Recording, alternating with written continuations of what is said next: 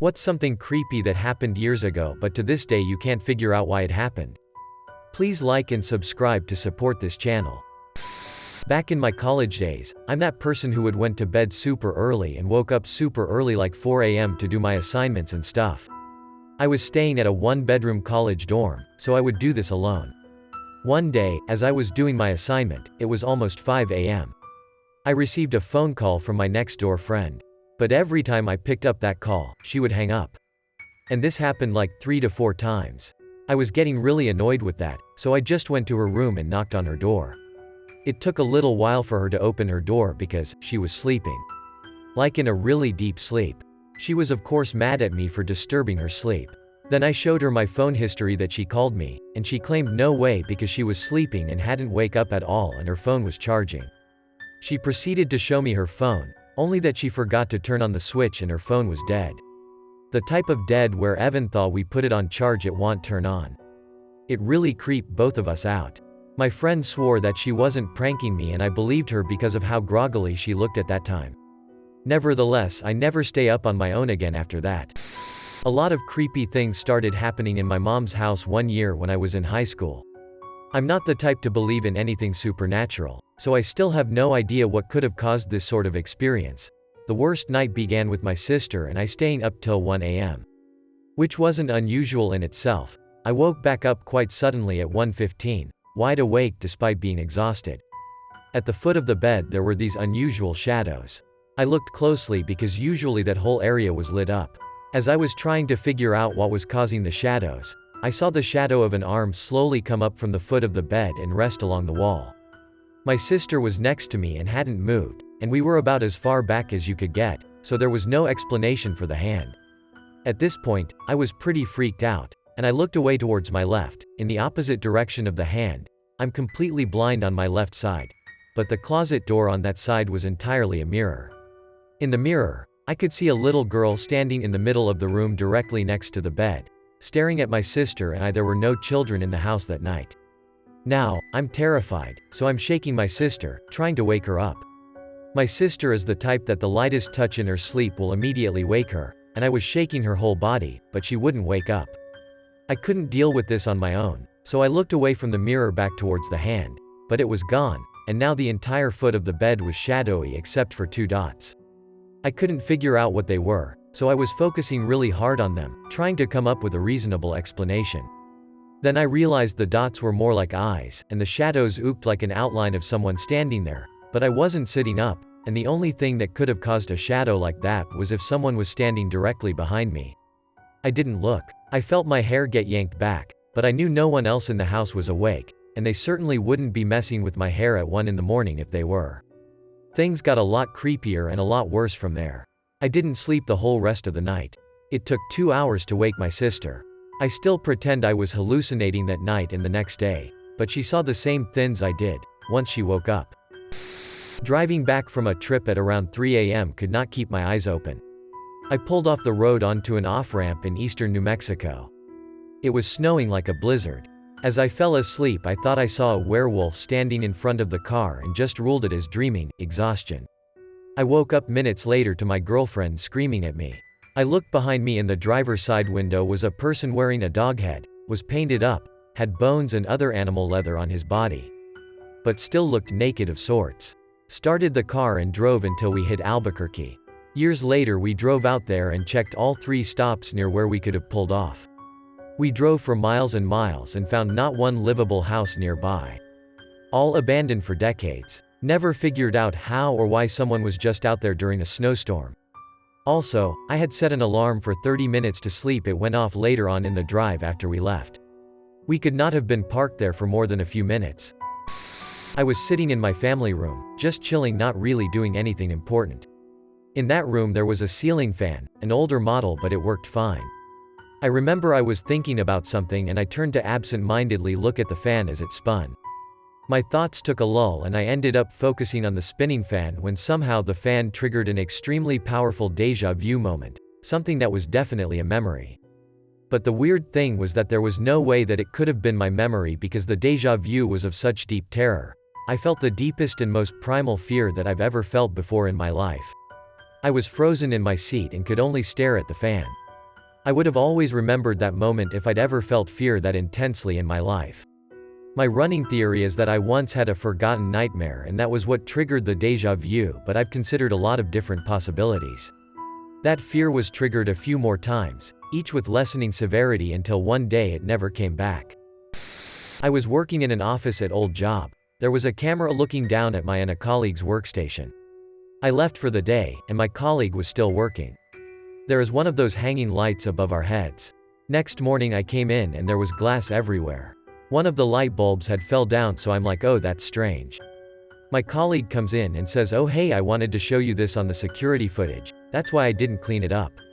He pulls the security footage and this is what we saw. You see me leaving for the day. Then you see my colleague getting up to go to the toilet. A minute later the camera goes into night vision mode. A weird shadowy glitch moves from left to right. When it reached the light above our heads the bulb started glowing brighter and brighter. Then it switched off and fell out of its socket and shattered onto the floor. Camera goes back to normal mode. You see my colleague coming back from toilet with a confused look. What's weird is, this light bulb was one of those screw-in bulbs.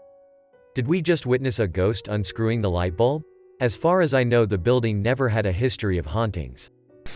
One time I was in my girlfriend's car driving up a mountainous road near my house. We got sandwiches and I was eating half of mine on the drive up. It was delicious. A Turkey Club avocado on rye bread. Top-notch sandwich. As we continued driving I put the other half of the sandwich away because it was so tasty I wanted to save it. When we reached the top something happened. I grabbed my sandwich bag, and opened it up yet again. Only to find both halves of my sandwich. Unscathed. Untouched. Even though I could still taste the mustard and could even pick a bacon bit out of my molar with my tongue, my sandwich was complete.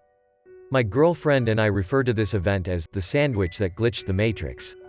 Not super creepy, but we both saw the same thing. She remembers me eating it. No matter how lucky and delicious it was, it freaks me out. I used to work at a large mouse-owned theme park in California. People claim it's haunted all the time. I don't believe in ghosts. But I was closing up the now-defunct Fantasyland Theater. The backstage was a bit of a graveyard for props that were too weird or big to go elsewhere. There was this giant godforsaken enchanted mirror puppet thing from an old show, and I mean like 15 feet tall. I hated looking at it. Its jaw dangled open at rest. Anyway, across from the Mirror of the Damned was a cage where we kept spare costume pieces. The lights were on a timer like on a hot tub, and I made damn sure it wasn't going to run out on me. Didn't want to get stuck with the creepy freaking mirror. 10 minutes to go and I'm locking up, and the second I let go of the padlock, the lights go out. I squeal like the adult I am and flee the vicinity of the mirror glowing in the safety blues. Everything else in the main costume storage was ready to go, I just needed to lock the door.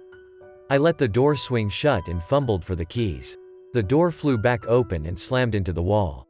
Not on a spring, no wind, against gravity, absolutely no reason it should have done that. I shrieked again, and then it slammed closed.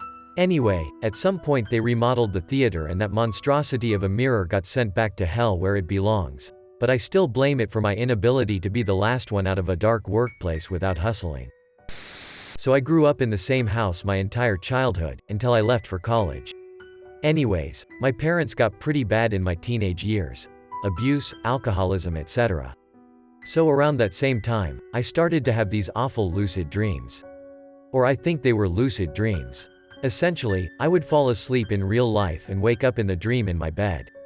It was as if I was waking up in the same physical space, but on an alternate plane. I know that sounds unrealistic. Anyways, in these dreams, everything was super eerie and shadowy and there was just this overbearing sense of horror. So I would get out of bed, in the lucid dream, and walk around the house. I had all kinds of horrible, ghoulish interactions with things around the house. Sometimes it was what felt like phantoms of my parents and other times I was interacting with just a really dark energy that kind of took the form of a terrifying lady. I would always end up horrified and stuck in the dream and fighting to wake myself up to return to real life. Sometimes I would actually be stuck in bed while the lady energy just creeped around my bedroom. I honestly don't remember a lot about these dreams now. I know they were dreams, but I didn't even know what lucid dreaming was at that point. Even knowing now, there was just something that felt so real about it. That's why the dreams were so creepy, because they just had an aspect of reality to them. I've always been a vivid dreamer, and had many lucid dreams since then. But I've only had 1 or 2 dreams outside of my parents' house that had that same feeling, of being a reality and not a figment of my imagination. When I was probably 15, my parents left me home alone for a few hours to go run errands. Being a teenager, I wanted to hang out in my room and talk on the phone. About 2 hours after they left, I heard the door open and footsteps in the hall and on the stairs. The footsteps only lasted a minute or 2, and I just assumed my parents had come home. Fast forward 30 minutes, I leave my room to get some lunch. On my way to the living room, I looked out the window and saw that my parents' car wasn't in the driveway. When I walked out into the main house, both the front and back doors were wide open. It really freaked me out. We had dogs and they never barked to indicate that someone was in the house, and nothing was missing. I've posted this a couple times now, but still never gotten any ideas that made any sense. So, around the summer of 2018, I woke up, went over to my kitchen to take my morning meds, and noticed there was a largish crab scuttling around my balcony. Now a few important details here. I lived in an apartment 17 floors up at the time. There was only 1 row of balconies on that side of the building, so a neighbor couldn't have tossed it over, and there's also pigeon netting that is secured to the top and bottom of the balcony to keep birds out. This netting had not been damaged or moved in any way I could see. On top of this, I don't live anywhere near an ocean. I'm downtown in a major city that's at least a province away from ocean. We do have a lake, but there are no crabs there, and even if there were, my place was still pretty far from the lakeshore, and again, 17 floors up. How the hell did that crab get there? It didn't climb up on its own. A person couldn't have put it there, and a bird couldn't have dropped it there. Where did it even come from? I've been trying to figure it out for years, and I'm completely stumped. When I was 15, I had just gotten home from 2 days of football practice. I lived on a lake in Texas where there really weren't a lot of houses. You would really need to travel into back country to get there at the time. Well, my parents had gone out, and my sister was at a friend's. It was around 2 p.m. I was watching my VHS tape of DBZ when my doorbell rang. I look out the glass door and no one is there. I go back to watching and it rings again. I get up, walk over and open the door. No one. I shut the door, and as I'm walking back to the couch, it rings again. I open the door and on my porch is a big-ass tortoise. Real tortoise, not a costumed person or something. Literally no cars, nowhere for people to hide, just a big-ass tortoise. It walked away and I went in and was very confused. Parents came home. Dad, who was ex-military, asked what I had drank or taken, and called it a night. Still bugs me, since I was sober, awake, and everyone thinks I made it up, lol. I used to be a police dispatcher in a rural area. In a small town, a woman was found murdered in her home, a single gunshot wound to the head. She was elderly, never married, didn't have any family. No gun, shell casing, gunpowder, or any evidence of a gun being fired in the house were ever found. The windows were all locked, the doors were dead bolted shut. I forget the exact details now. It was either muddy or snowy out. Any out-of-place footprints, tire tracks would have been obvious, and there were none. The only contact she had with people was going to church every Sunday. That's how the call was initiated. Someone from the church asked us to check on her after not seeing her for a few weeks, which was unusual. Police were stumped. They put out press releases asking for anyone with any possible information to come forward, but no one ever did. It was years ago, but I still wonder what the hell happened there. I've posted this in a similar thread before, but here it goes. Around 8 years ago, my wife discovered a strange dangly earring randomly sitting on a bookshelf in our home office. She had been out of the country for about 3 months completing an academic program while I was home alone, just me and the cat. She found the earring the day after she returned. We had lived in the house several years by then, so it didn't belong to a previous owner. She obviously had some serious questions about the earring, because it clearly wasn't hers, and it pretty much looks like a smoking gun for me being unfaithful, or at least proof that some woman was in our house that I didn't tell her about. Except here's the thing. I had no idea how that earring had gotten there. No fucking clue. I had never seen it before and couldn't explain how it just magically appeared on our bookshelf. I was working very long hours while she was away and would often be out of the house for 12 to 14 hours a day. However, I did clean, dust that very room and bookshelf around 2 weeks before she returned and would definitely have noticed it. Essentially, after considerable arguing and back and forth, we just had to let it go. I couldn't explain how it got there, and she just had to trust that I was telling the truth. To this day, I'm basically left with the following possibilities. 1. Someone broke into my house, stole nothing, and placed a single earring on a shelf. Not in plain view, but somewhere where it would certainly be found. If this is what happened, I salute your efforts, you soulless son of a bitch. 2. My wife planted it as some kind of test. If this is true, then I've been with a sociopath for over 20 years and never caught on. It would mean she kept up this pretense and lie for close to 8 years now, and I just don't see that as being possible. She's never lied about anything even close to this before, and after 2 decades I can pretty much read her like a book. 3. I have some kind of dissociative personality disorder and somehow had an affair while not actually remembering it. 4. Ghost, poltergeist with a sick sense of humor. I was standing next to a man at the meat counter of Whole Foods on Christmas Eve. I was close enough to hear his cell phone conversation. His phone rang and he just sat there speechless. He said to the person, "My daughter is dead." Then he hung up and called back the number, which was from his house, and asked if someone there called him. No one did. He told his wife that their daughter who had passed away just called him. All she said on the other line was, "Dad, it's me."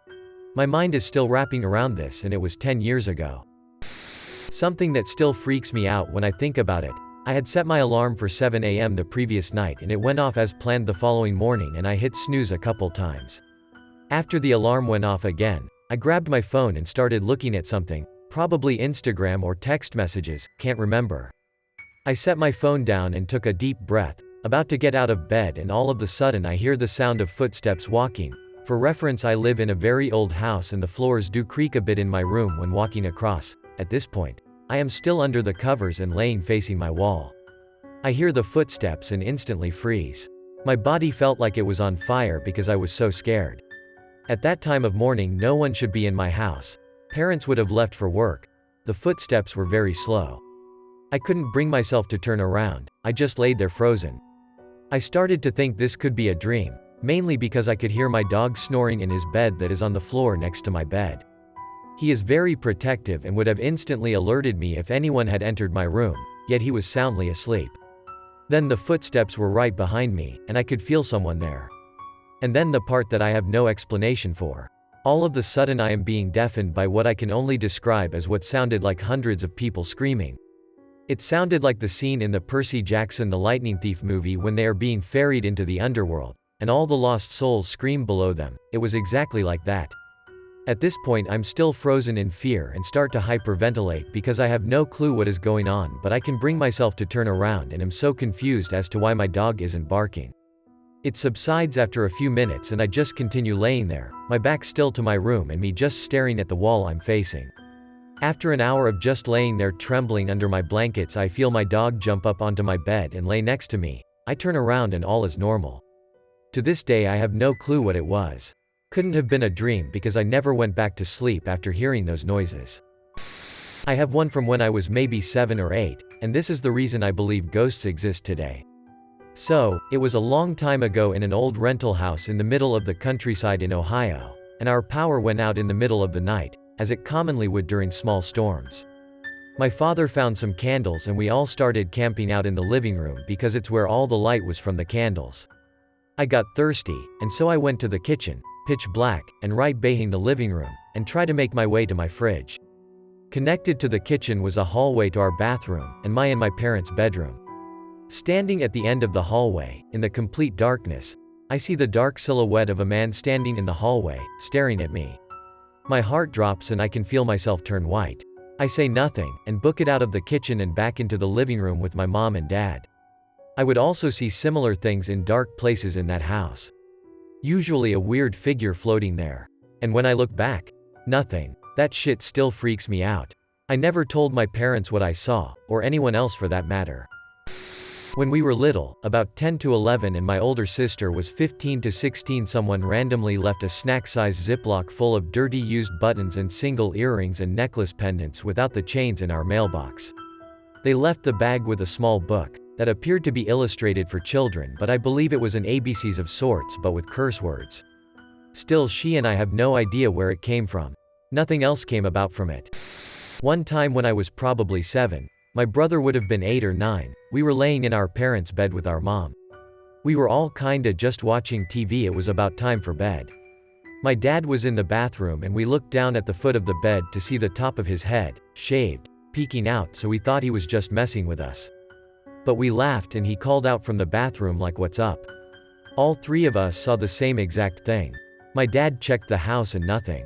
Another scarily similar story that my parents just told me about the other day, since I felt like strange things have been happening lately. The same thing happened, but they thought it was me because all they saw was the top of my head, blonde hair, at the end of the bed. They thought I was messing around or something, but after my head went down nothing came up. They checked and I was asleep in my room. I don't know if this is necessarily creepy, but it certainly was strange. A few years back I was leaving the house to go to work when I realized a single piece of bread laying on the living room floor. It didn't look like the bread we typically bought, and I had no idea where it had come from. I asked my husband and he also had no idea. Over the course of the next couple of weeks, bread appeared on the living room floor 2 more times. The same type of bread, never eaten at all, never with any visible marks on it. Just a single slice of bread sitting in the middle of the living room. We were moving a couple months later and I absolutely tore the house apart looking for some type of explanation, or at least the rest of the loaf it came from. Nothing. I never solved the mystery and I still think about it to this day. My friend and I were chased through our neighborhood once when we were about 8 to 9 years old. We lived in a small lower, middle-class neighborhood where we knew about 80% of the people who lived there. We were walking one day and a nice black town car, really out of place in our neighborhood, came flying up behind us. We jumped out of the way and it screeched to a halt and 2 guys in dark blue suits got out and started running after us. It was horrifying. There were 4 guys in the car, all dressed in these similar navy suits, probably in their late 30s, early 40s. Definitely didn't belong in our neighborhood. They weren't laughing like it was a prank. It was like a horror movie type feeling where you're literally running for your life. They looked angry and on a mission. We luckily knew shortcuts through backyards and then hid behind a bike ramp near a small pond in someone's yard. Our hearts were beating out of our chests. We saw the car drive up and down the short road a couple times and then leave eventually. We stayed there for a while and then ran home. This was the late 80s.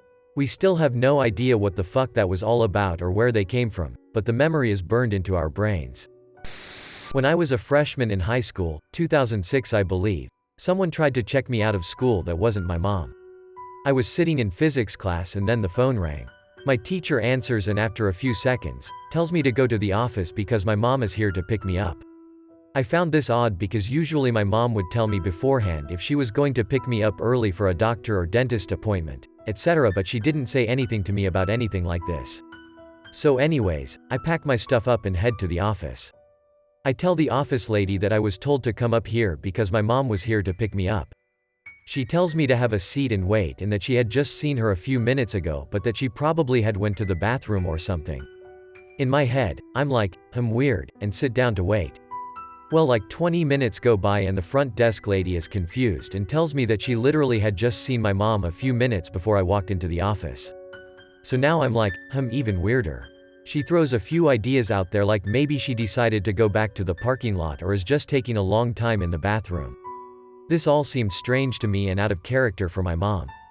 I'm still low-key sketched at the fact she didn't even tell me she was picking me up early in the first place. I finally just ask the lady if I can call my mom and see if she answers so I can figure out where she went, and she tells me that's a good idea. So I call my mom and she answers right away. I ask her where she is and she sounds a little confused and says, "I'm at home with your dad."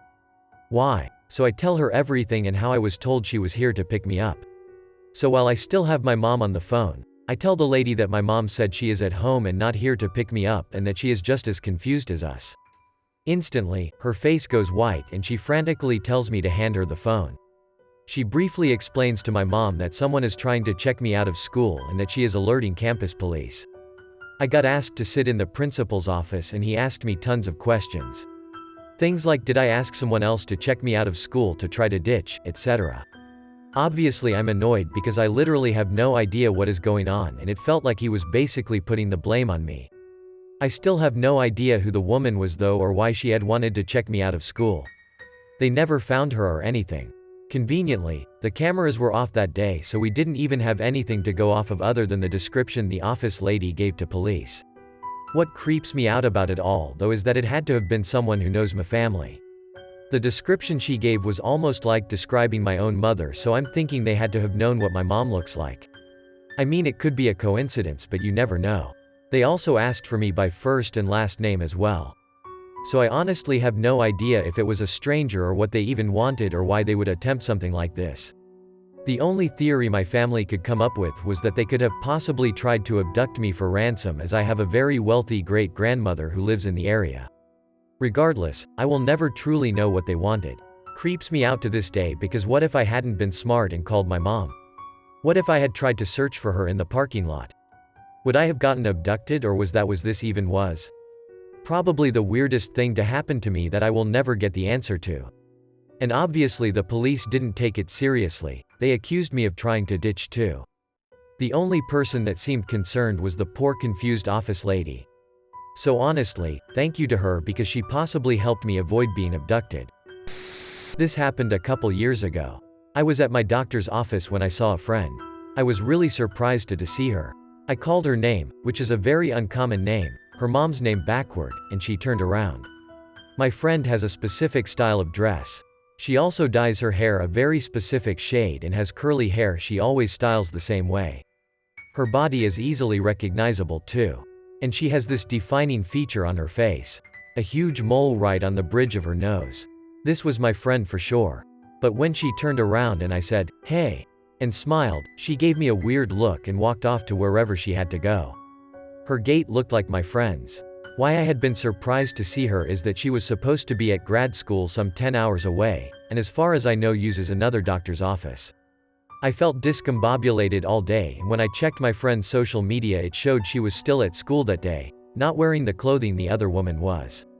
So weird, because this perso even responded to my friend's name, which, like I said, is incredibly uncommon. That is one doppelganger I don't want to encounter again. I came home to my furniture being slightly moved. My dresser was about a foot from where it normally was and partially blocking the doorway, and a floor lamp was turned in the opposite direction. No roommates, no one had a key. I checked every closet to make sure I was alone. No one had been in there. Nothing else was disturbed or taken, and nothing like that ever happened again. I am still confused. When I was a teen, I was at an arcade in the mall and someone behind me called my name, which isn't a really common name to just hear randomly. I turned around and I was like one of 4 people in there. No one was behind me, so I brush it off and go back to the game, and they call my name again. Again I turn around looking to see who's messing with me, and no one's there. No one pops out to show they were playing around. So I go home and someone calls the house phone and I pick up and nobody says anything. Super creepy, super weird. Not much to be done about it. I live and work on a small, remote island with about 300 residents. There are few women and no children. It's essentially a work camp. I was trying to fall asleep in my bed with my back to the door when I heard the door open and someone walk in, the floor creaking. I have housemates, and it wouldn't be unusual for one of them to walk in drunk and ask for ibuprofen or ask what time we report to the boat tomorrow or something. So I ask, "What's up?" And a little girl replies, "Daddy, I'm lost." I yell and sit up in bed, whipping around to face the voice. A shadow about 4 feet tall is in front of me, and when I jolt and yell again, it fades into the wall behind it. I know it was my imagination, but I was thoroughly spooked to the bone. Like I said, there are no children on the island, but there used to be back when the island was a ranch with working ranchero families living alongside the Native American inhabitants. Still gives me goosebumps to think about it. I moved back to my hometown for a little while when I was 21. Lived with my parents briefly, and then around Christmas time got a job and rented a cheap studio apartment in a really remote area of town. Moved in just a few days before the holidays and only had enough money to get a bed, a couch, and a landline phone. On Christmas Eve, I was out with family members and didn't come back to the apartment until super late at night, probably past 1 a.m. It was already spooky and lonely in the apartment, but it got way spookier when I realized my answering machine was blinking in the corner. As I stated, I'd only been at this place for a couple days, so I hadn't given the landline number out to anyone yet. The message was about 5 straight minutes of an elderly woman calling out my name, sounding all confused and scared. It's haunted me for decades. No idea who she was. I was camping with some friends. We were all sitting around the fire, having a good time and preparing to go hiking the next day. Normally there were tons of people in the area, but that night we were the only ones. It's a big field with a bunch of primitive campsites, and we had picked the one to the center where someone had built a rather large fire pit. I noticed a strange light in the sky that seemed to be hovering over the trees and getting closer. I thought at first it was helicopter, maybe searching for a lost hiker, but as it got closer there was no sound. As I pointed it out to my friends, and it got closer, this dread came over me that I've never felt before or since. I was terrified, just sheer terror to the point I started crying. We all watched as it broke the tree line and the spotlight on whatever it was shone on the grass of the field as it got closer to us.